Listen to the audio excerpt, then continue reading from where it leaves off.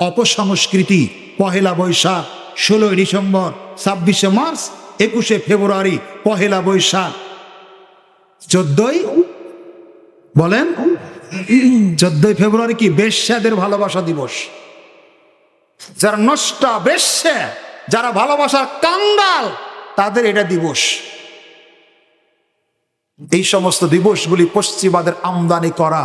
এই দিবসগুলিতে আমার মা, চাচি, খালা, বোন যখন উপস্থিত হয় তখন মানুষের হিতাহিত জ্ঞান থাকে না, এগুলোতে তারা সংযুক্ত হয়ে পড়ে। সম্মানিত উপস্থিতি, রাসূল সাল্লাল্লাহু আলাইহি ওয়াসাল্লাম বলেছেন, হে নারী তোমরা শোনো, তোমরা একাকী সফরে বের হয়ো না, ভ্রমণে বের হয়ো না।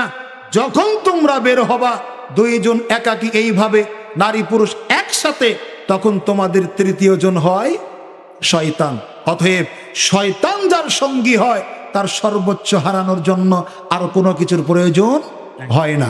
এজন্য আপনাদের বলি, অপসংস্কৃতিকে চাপিয়ে দিয়ে যে সমস্ত শিরক বেদাতের আড্ডাখানা অনুষ্ঠান করা হয়, এখানে আমরা আমাদের মা বোনদের যেতে দেব না। নাম্বার 7, অশালীন পোশাক।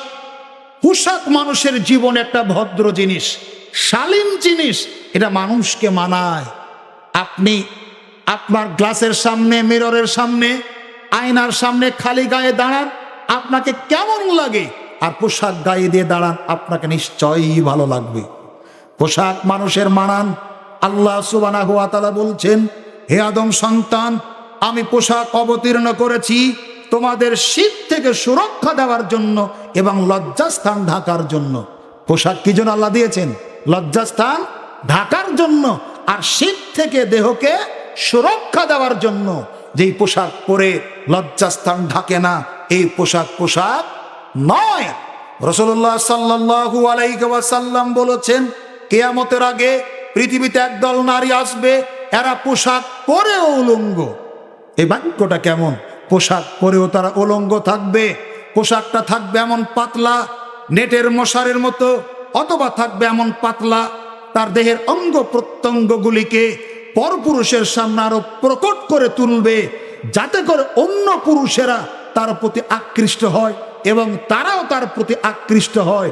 এই সমস্ত টাইট ফিট, বডি ফিট, অশালীন পোশাকগুলি যতদিন আমাদের মা বোনেরা পরিবর্তন করবে না, ততক্ষণ পর্যন্ত তারা ইজ্জতের সুরক্ষা পাবে না। 2, 3, 4টা বাচ্চার মা হয়ে গেছে, এরপরও 3 পিস চালু রেখেছে। এটা মূর্খতা বা সভ্যতা, বর্বরতা, শিক্ষিত মানুষের পরিচয় নয়। এগুলো পড়া থেকে বাঁচার চেষ্টা করুন।